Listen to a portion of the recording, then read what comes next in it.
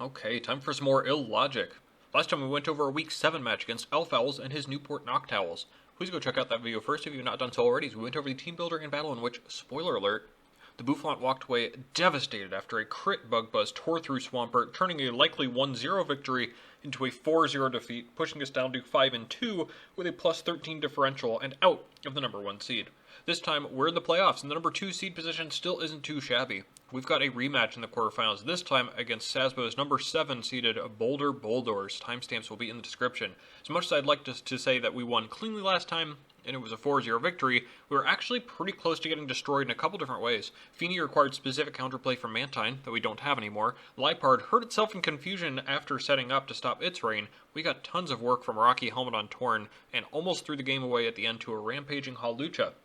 We were lucky to get out of that as well as we did, and it's only going to get tougher for us now that we've revealed tons of our tricks. The Defog Toxic strat for Feeney, the Helmet on Torn, and definitely the phasing from Roar Swampert that won us the game. Sazbo is now aware of all of this. Now what? How do we stop the same threats, plus more, when we've already played our hand and won? That's the trouble with the rematch, and why the playoffs are so tough with all these double-ups. We've had an especially tough schedule too, playing the 1, 4, 5, 7, 8, and 9 seeds, meaning there are going to be a lot of familiar faces dotted throughout the playoffs. We're also probably at an extra disadvantage too, doing these videos for all of you lovely people, because it gives away sets that we could have otherwise kept hidden, or my thought process behind why I do or do not bring certain mods or make certain plays, but I do it for you. Luckily here, we at least have the advantage of some transactions we made after playing Sazbo, so we have a fresh new look on 4 team members, including no longer having Mantine, which did come the first time we squared off. As a refresher on his team, there's that Hawlucha at the top staring us down, then Heliolisk, Basilocephalon, Lipard, Cryogonal, Excadrill, Rillaboom, Tapu Fini, Drifblim, Diancie, and Hippowdon. Last time I was surprised that he didn't bring any of Heliolisk, Excadrill, Diancie, or Cryogonal alongside Drifblim, instead bringing SD Substitute Grassy Seed Hawlucha, Flame Charge Focus Sash Blacephalon, Hone Claws Lipard, Swords Dance Rillaboom, Clam Mind Fini, and Stockpile Grassy Seed Hippowdon. He has 6 setup threats, trying to take a page out of Steve's book from the week before. It didn't work out for him, but again, there were a couple of close calls, particularly with what I had brought originally, or rather what I had originally identified as the 2 biggest threats, Tapu Fini and Hawlucha. Against that team, we brought Rocky Helmet Tornadus, Scarf Kartana, Full Fizdef, Roar Swampert, 4 attacks, Pasho Berry Arcanine, Assault Vest Nidoqueen, and Defog Toxic Mantine. This team worked out pretty beautifully, Nidoqueen not even making an appearance, and with Torn scoring 3 indirect KOs, plus the first 2 of Kartana's many KOs of the season. I'm going to have to make some decisions this time on what Sazbo will or will not be bringing differently compared to the first time around, and how my decisions on what to bring last time will affect this go-around. Of course, I still think Drifblim isn't coming. I still don't really know what it's supposed to do, especially as Sazbo's one time he brought it, Drifblim went down quickly without doing a thing. A Will-O-Wisp Strength Zap set could be very annoying, but maybe not much more than that. After that, I'm thinking the Hippo. It did come last time, but was more of a liability than anything thanks to being Taunt Bait plus a Kartana Leaf Blade opportunity. The Sandstorm isn't good against me, neither are Rocks, and about the most important thing it's going to do is be the slightest bit annoying with something like Slack Off, Body Press, Toxic. Not a winning formula itself, though it could of course come to support the drill's speed. Next, I'm going to say Lipard. It's another one that came last time and could come again out of desperation, but I think its bag of tricks is a little easier to read now, especially that it's already come against me once.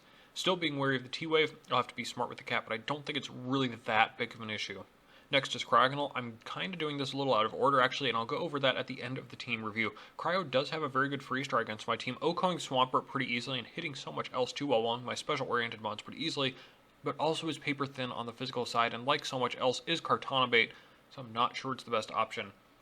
Next is Diancie, another mon that's pretty easy Kartana bait, but has the ability to survive a hit or 2 from it, and if it can smartly come in and get the Diamond Storm boost, Diamond Storm, Body Press, Earth Power is actually a really good set, not to mention Trick Room shenanigans, and of course, something like Moonblast with the Fairy attacks.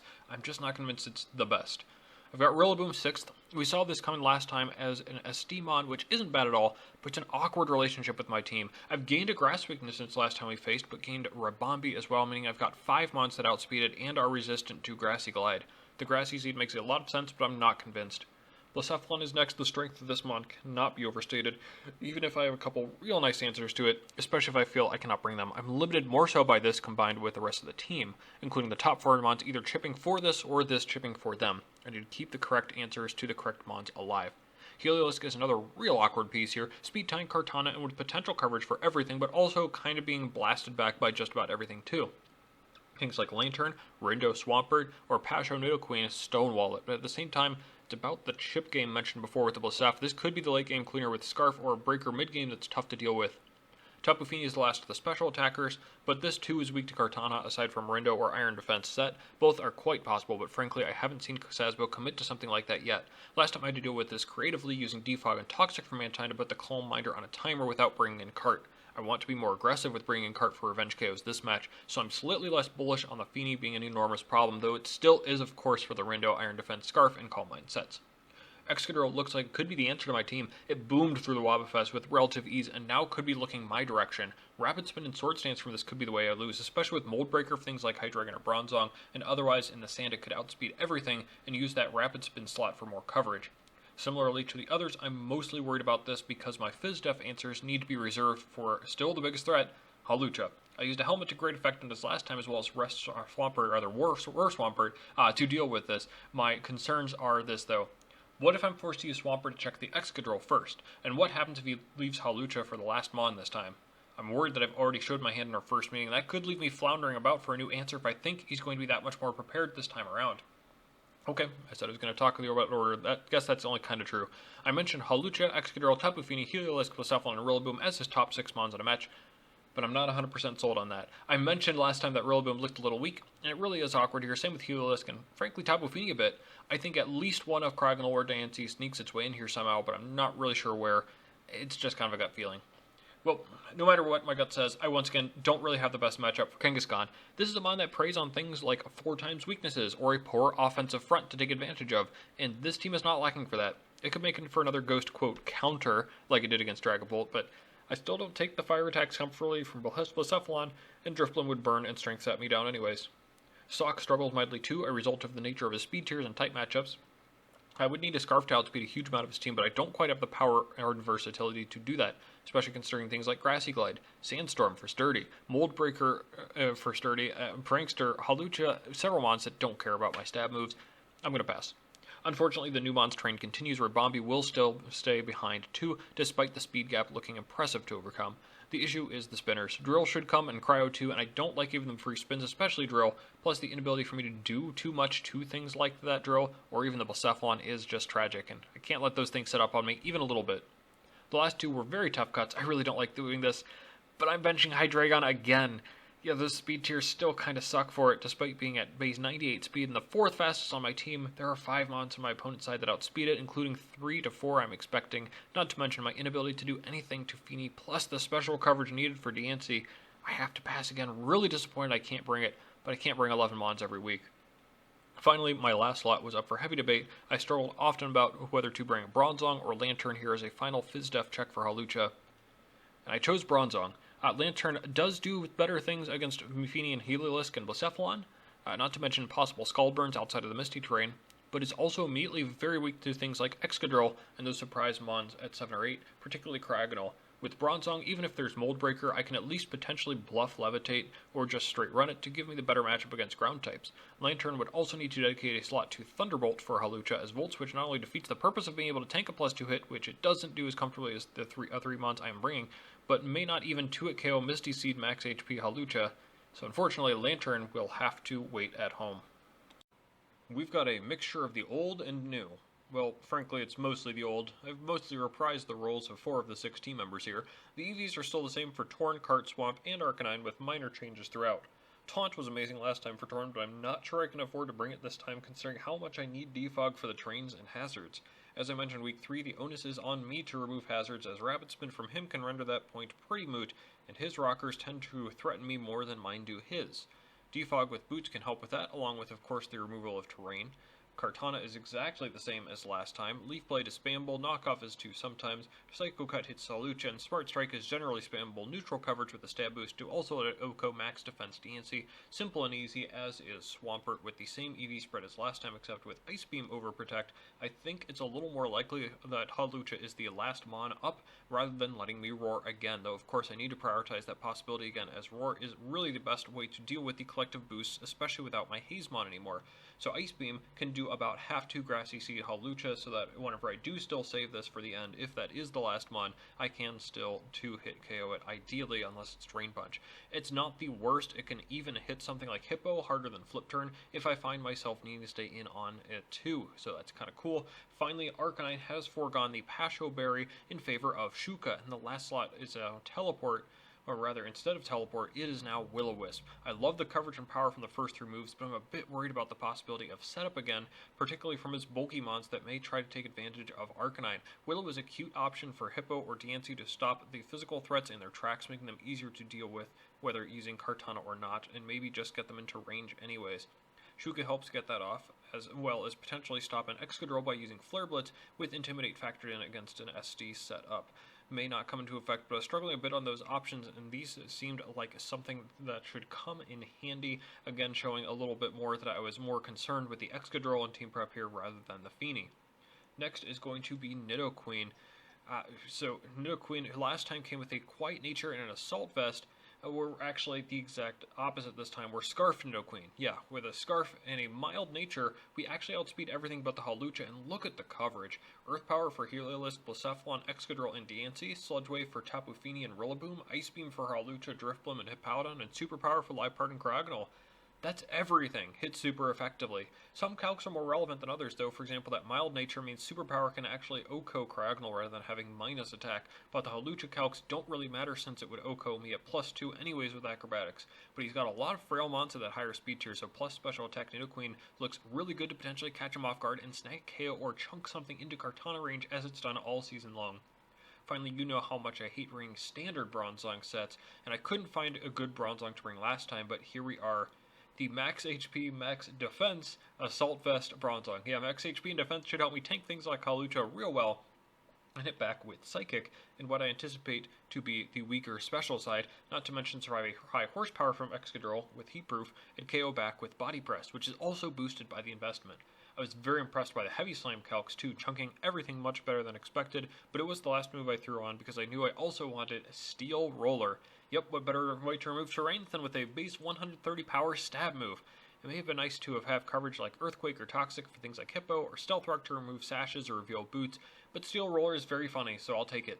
And with 4 attacks selected, AV seemed like a neat way to better tank those hits I'm anticipating needing to take from things like Cryogonal and Diancie that this may be forced to deal with, against which this is a perfect counter, not to mention with Heat Proof, I can even tank a Blacephalon move in a pinch if absolutely needed, but more like I could tank a Water move from Feeny and remove terrain instead. Levitate wasn't used because of the possibility of Mold Breaker Excadrill, but also because I liked the idea of getting Grassy Terrain recovery too if needed, and being neutral to a stray fire move intended for Cart sounded pretty neat too. That's our squad for the rematch, some old, some new. Let's destroy some terrain. Or not. This is a weird one, eh? No Hawlucha, no Excadrill, no Tapu Fini, no Rillaboom, no Diancie even. Hippo without drill again, Liepard again, Blacephalon is back, Heliolisk finally came, Cryogonal is expected, and the most unexpected, and Drifblim. I don't have Toxic or Taunt this week. Oh geez, that might actually be really painful to get through. Well, we're going to do our best. Torn pulled us through some unexpected turbulence last time. Let's see if the hero is here again. Man, without Hawlucha or Excadrill, my max defense mons aren't actually doing much of anything, but at least I can be a little bit more liberal with my Swampert unexpectedly. No trains means Defog is exclusively for rocks and screens, and actually, without Hawlucha, Kartana could probably win pretty easily. Just have to be aware of things like sashes and a potential Scarf on Helio. Good luck, have fun to Sazbo, as I am going to lead with my Scarf Nidoqueen to snag a surprise KO. He leads with Liepard, and that makes a lot of sense, and one of the few things I considered he may lead with, along with maybe the Heliolisk for momentum or the Hippo for rocks. Superpower has a chance to OHKO, but I can't just go clicking that button. Don't like the idea of a knockoff hitting me back on -1 defense, not to mention how easy it would be to swap to something to take advantage of that. Well, he's actually mostly specially offensive this week, but point stands. Earth Power would allow in Cryogonal, which I have the answer to, or Drifblim, which I don't actually know how to deal with. Sludge Wave brings in probably the same, as well as Blasef, which I really cannot let in. If it's all the same, I'll go for Earth Power here and see what we can get. It'd be nice to keep the Scarf here, but I don't know if I have a choice. Earth Power goes off. 87% is close to a max roll against max HP Liepard, and he's going to U-turn out into Drifblim. That went well, I think. Getting Liepard into range of literally everything is pretty good, and I've got an idea later of what to do to it. For now, though, how do I hit Drifblim? If he knows I'm Scarfed, which he should because I outsped him before his U-turn, and switching out, Willow seems pretty easy for him to click. Well, without much use for Arcanine this time unexpectedly, I guess I can maybe go into it and kind of go from there and see what we could do. We're going to go into Arcanine as he clicks an unexpected Tailwind. I don't know why everyone thinks Tailwind is good in our draft, but against me in particular too. It's only a couple turns ultimately, even worse if the Mon itself cannot take advantage. I don't know, it seems like an okay move, but not for how much I see it. Tangent aside, I really don't care about that right now. It's time to figure out how to deal with this. It may need to be a Kartana knockoff, so maybe I need to not knock it with Torn if it comes in, and just Hurricane away. For now, Wild Charge should do a lot, but I foresee a Strength Sap coming, so probably even less. I guess I can try and get a little chip on it with Willow. I don't think it's Flare Boost, though that would be kind of funny, and I can at least get that little bit of residual chip before maybe going into something like Torrent to Hurricane. Sure, that at least sounds good enough. Strength Sap. Yep, and a miss. Yep, that figures. That's probably not too big of a deal, though it does telegraph what I'm doing. No real reason to do anything else. It's like he's going to, not like he's gonna switch in his immunity. Yeah, that does kind of figure out. Actually, another miss, which is pretty funny. It was a relatively free switch for him, especially with me at -1. I don't have much for Bouffalant. This is one of my better tanks for this, actually, and I should still be able to do about half, maybe? I'll stay in an attack, and it shouldn't be able to OHKO me. I would love to find out the item on this thing, most importantly. Importantly, as mentioned previously, Arcanine really isn't all that valuable in the matchup anymore. Intimidate is not doing much for me, and Bronzong's here for Cryogonal anyways, next to the Kartana as well. We'll stand in Wild Charge, I guess, but Shadow Ball is doing 90%. Jeez, and Wild Charge only a third. Thanks to the attack drop. That's Specs, that's max roll for Timid or low roll for Modest, but it's also max HP, which all really puts me in a bind and leaves me at 2%. And now I also have to be wary about the switch to Sandstream Hippo, but if he wants, he could just claim a Beast Boost here too to... Yeah, but I have the cart for a reason. I'll throw Arcanine at this one more time, and I'll just go down. Oh, I outsped that turn. Wild Charge does another 33%. I go down to Recoil, and Bouffalant doesn't get the Beast Boost. That's 5 to 6. Honestly, best case scenario all around here with Tailwind down. It turns out that this Bouffalant was all HP and special attack, 0 speed investment, 0 at all. So Arcanine could barely outpace it by speed creeping the drill and barely survive the hit plus Recoil thanks to the HP investment. We did an absolutely perfect job EVing that Arcanine. Thanks past Illogic from week 3, great EVs. We do, though, have some problems, of course, but HP-wise, we're a little ahead, I think, with Liepard down to low and Bouffalant down low as well, in range of most everything. As I, of course, am going to bring in Kartana, I have a little bit of a confession to make. When I did my calcs at the time, I forgot to account for the -1 attack on Arcanine from Strength Sap, and that made me think the Bouffalant was max HP, max defense, but modest. It's actually just max HP, no defense investment. That makes me think Leaf Blade wasn't actually going to KO here. What a tanky Bouffalant would take, would only take a third from Arcanine Wild Charge. It would only take less than that from a Leaf Blade, which is resisted. So instead I clicked the safe knockoff, which really doesn't have a safe switch in anyways, aside from maybe Hippo. Of course, with Liepard, low 2 knockoff is still really free. Not sure I would have for sure clicked Leaf Blade if I'd done that calc correctly, but thank goodness I clicked Knock, because Drifblim switches in. And while I do take a 41% in recoil, Drifblim goes from 100% to 0%. A big pain I wasn't sure how to deal with is down, and it's 5 to 5, and an overall bigger percent lead. That thing was actually really scary, but it also just makes Leaf Blade that much more spammable now. No Strength Sap, Willow shenanigans for you. Well, no burns at all, thanks to my Will-O-Wisp going down too. So what is it going to be his answer to Cart? And I think it's pretty obvious it's going to be the Liepard, which is very low. Kind of strange, but there's really one thing it's looking to do here. So I need to, of course, swap into Swampert to enact my plan. I previously mentioned T-Wave. Yep. That's immune. Good stuff there, avoiding the para on our fast paper. That Cart looks so good, even without Feeny or Diancie to take advantage of. That's just the power of Cart. Now, what's the Liepard going to do? I think I'm only afraid of a knock or a hard switch out. Into what? I think he's expecting one of Flip Turn or Stealth Rock from me. Wow, I wish I had Stealth Rocks right now. So, what's his flip turn switch? Heliolisk, I believe, especially if dry skin, though I do have to be cognizant of a possible Sunny Day set from Liepard to power up Bouffalant and Solar Power Heliolisk. That's not much of an issue for Swamp, nor for Scarf Cart, but something to be aware of nonetheless. If I don't think he goes Cryo, which he could to spin, High Horsepower is the middle ground play here, which would still KO the Liepard, of course, if it does something cheeky while hitting the Helio on a potentially bold switch for an incoming Grass Knot. I guess it doesn't really matter. My plan will come to fruition with the knockoff, which just will KO, or rather the U-turn there, which will just KO Liepard back. Thanks to the helmet that doesn't even come off. Of course, we have good recoil damage there. It's just another KO for Rocky Helmet against Sazbo. We now have the 5-4 lead now as well. It's just the best item, I guess. Of course, this will invite a threat or two. And he has plenty of options, of course, for 4 times super effective damage, though the one he is going to select this time is going to be the Cryogonal. That just makes a lot of sense. My only remaining switch to this, of course, is Bronzong, which can help me avoid being O-Code.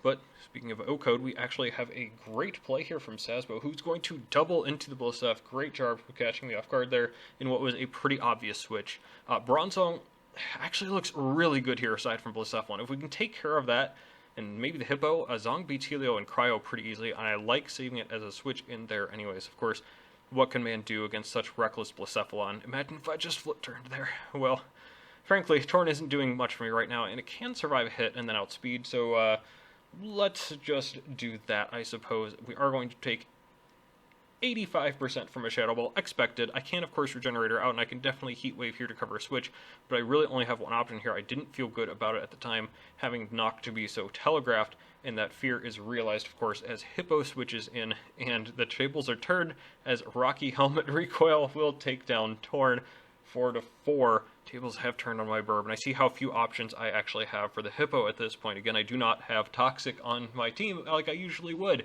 A bit of damage on Cart earlier seems innocent enough, but in reality, it puts me in body press range. As we see, we're going to probably see max Fizz-Def rather here on the Hippo from the damage on that. This was a weird team Sazbo bra, but it sure seems as though he read quite a few of my choices and picked appropriate mons to mess with my game plan in particular. This is definitely more frustrating than I'd anticipated, especially as I make the bad play of going into a Swampert here. I say bad, but that could be more so hindsight. Of course, it's pretty obvious what's going to happen here either way. Ice Beam only does 35% Toxic, and I think we kind of know what's going to happen here next. I'm going to Ice Beam again, no freeze. It's going to just be a slack off, and this is suddenly a losing battle for me. But what do we do about it? Kartana is 100% necessary to win against Blisef. It's the only thing that outspeeds it and will actually do anything about it. But we also know that Hippo isn't going to be in range of Leaf Blade after the slack off this next turn. Bronzong walls Cryogonal and Helio, and if my only worry here is Scarf Heliolisk, I want to save either that or this Swampert, or both. Nidoqueen is also actually really amazing here with the Scarf. It outspeeds everything but maybe a Scarf Helio while being immune to it and KOing anything but this Hippo, but I still can't lock into a move thanks to Cryo. Well, I mentioned Swamp's name a couple times. As long as I keep a ground type, Swampert may still be able to survive a Blisef Shadow Ball 2 actually at neutral. Well, if I'm convinced he's clicking Slack off, and I absolutely need the damage for Cart, the only other damage option I have is Nidoqueen. Thankfully, we are actually going to get a turn correct here, as I go into the Nidoqueen immediately as he does Slack off. And it sure looks like I could have just gone to Nidoqueen immediately anyways and avoided a bunch of damage and a Toxic on my Swampert. That's pretty sad, but, you know, that's okay. My mild nature is actually going to bite me in the butt here, too. But Ice Beam from the Queen is actually going to do much more than Swampert, 2/3 compared to Swampert's 1/3. And which is necessary because it forces him to KO the Nidoqueen in front of him. 3-4, but we're finally looking a little bit better. A switch to Cryo there would have been absolutely devastating, but thank goodness he didn't think that far ahead, because I think that move could very much have won him the game, depending on a couple other factors ahead of us. For now, it's obviously going to have to be Leaf Blade, the easiest Leaf Blade of my life, and Hippo actually does go down finally, and that will make it 3-3. There may have been an argument for him to keep Hippo to slack off later on Bronzong, but this also, of course, makes some sense, too. In this 3v3, what are we looking at? We're actually in a pretty simplified game state at this point. Cart gets easy KOs on everything, outspeeds them all. Aside from, of course, a Scarf Heliolisk, a Focus Sash Heliolisk or a Focus Sash Cryogonal. That's very important to keep in mind, especially through Sazbo's taunting of, if you have Scarf Kartana, that's just game right there. And yet, he decides to go into Heliolisk. And I, after all of that, am actually in range of Volt Switch because of all the residual I've taken from the multiple Rocky Helmets and Aftermath from Drifblim. And as much as I'd love to go into Bronzong to tank that Volt Switch, I really don't want to sack anything to Blacephalon. Depending on the items on Heliolisk and Cryogonal, these next 2 turns will determine everything. Man, I wish I'd put rocks on something. I'm scared of the Focus Sash, and it would have been nice to just put the Blacephalon away from 2 more switches into it. Okay, so for now, it's got to be out to, I think, Swampert, which is only going to be punished by a Cryogonal double switch, which would draw on my Bronzong, which may prompt another double out into Blacef. It's a long chain, but here's where we're at. If I Leaf Blade and he switches, that's probably game for me. If I Leaf Blade and he stays in and goes down, that's definitely game. If I Leaf Blade and he stays in and he either wins the speed tie or survives on a Sash, that's probably game in the other direction. I need to play it safer than that. Volt Switch just seems so easy right now, and I think his earlier comment was definitely a bait to try and get me to stay in. This probably puts more pressure on Cart later to KO the Blacef, should something happen, but I'm going to go into Swampert. And it is a Volt Switch. That's going to put us in an incredible position.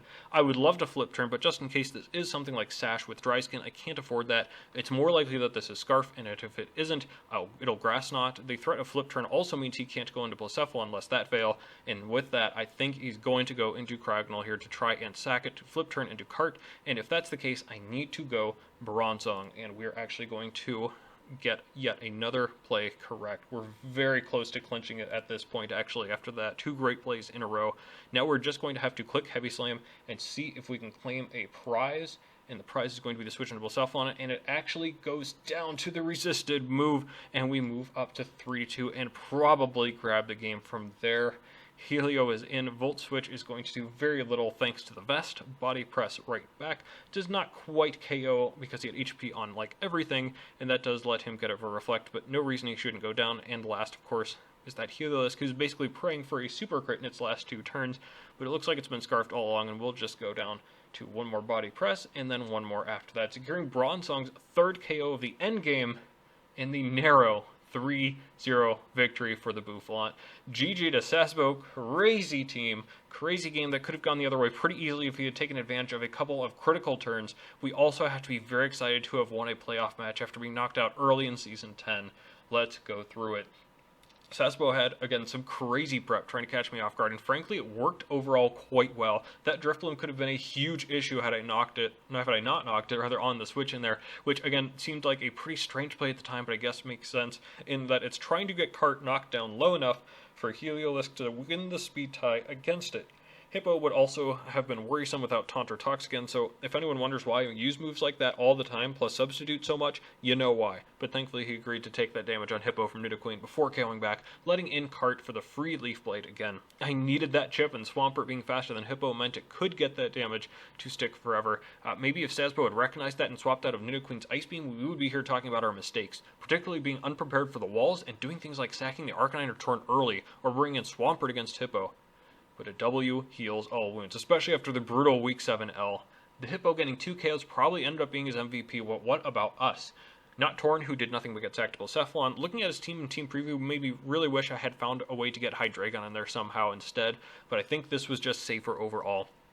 Still, it would have been nice to have maybe Hurricaned with Torn to hit the weaker special side of Hippo, but I'm not sure I could afford the miss onto Blacef. But I already confirmed specs, so Cart would get a KO. It's probably fine, just wish it could have done more. Similarly, Swampert sure didn't do much of anything. Thankfully, it did immune a T-Wave and KO'd a Liepard with Recoil, and had a clutch Volt Switch immunity, plus double switch into Bronzong at the end, but was also a liability against Hippo there too. It was a mixed bag for Swamp, for sure. Similarly, Arcanine could not find its place in this match, as it did well against everything he didn't bring, and it only would have been worse if Diancie came over Cryo.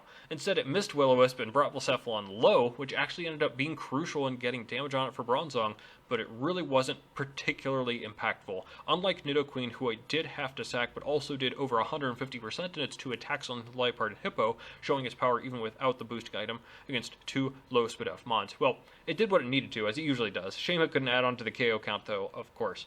unlike Cart, who at least temporarily grabbed back the KO lead with its 2 this match, slaying the 2 biggest walls to my team in a single attack each. It was so tempting to let it continue its rampage through the team, but thankfully, cooler heads prevailed, as it sure was a Scarfulisk and a Sash Cryogonal, meaning staying in on either of those was asking for disaster. Imagine if he'd just gone Cryo immediately against Cart in the 3v3, then if I'd read the Sash and gone Bronzong on a double Bouffalant, but it didn't happen, and Cart was goated yet again. Finally though, as always seems to be the case, Bronzong either does nothing or carries the weight of the team on its back.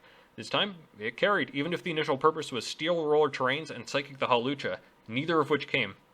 I said it before, Heavy Slam's damage numbers were very impressive when I looked them up, and that led me to running the more consistent steel move against his generally light team, and Body Press with max defense just does straight damage. Glad another unorthodox Bronzong set could appear and carry, especially in the playoffs, and glad my switch into it earlier against Cryo was reciprocated with my double into Bronzong in the endgame, and once again, thank goodness I had Heavy Slam as the neutral option that dealt with Bouffalant on its switch in. That sealed the game, as Bronzong carried the endgame by itself. That'll do it for the quarterfinals match, but you already know it only gets tougher from here. The number 4 seeded Waterdeep Wobbuffets fell to the number 5 seeded CL Steamrollers, and the 1 seeded Newport Noctowls fell in a 1-0 match to the number 8 seeded Route 1 Burbs, meaning instead of a revenge tour for this season, we're set up for another rematch. We went over our Week 5 match extensively on this channel and on the main league channel alongside the coach of the Burbs, and now we have to try and replicate our success again. We can't rely on others and headbutt miss, but maybe we can avoid the Bug Buzz crit. I don't know where I'm going with this, just know that next time, we've got a semifinals matchup against Fruit Taco and the Route 1 Burbs, a terrifying opponent who almost got the better of us Week 5, but is more geared up than ever to grab his first win against the Bouffalant. See ya.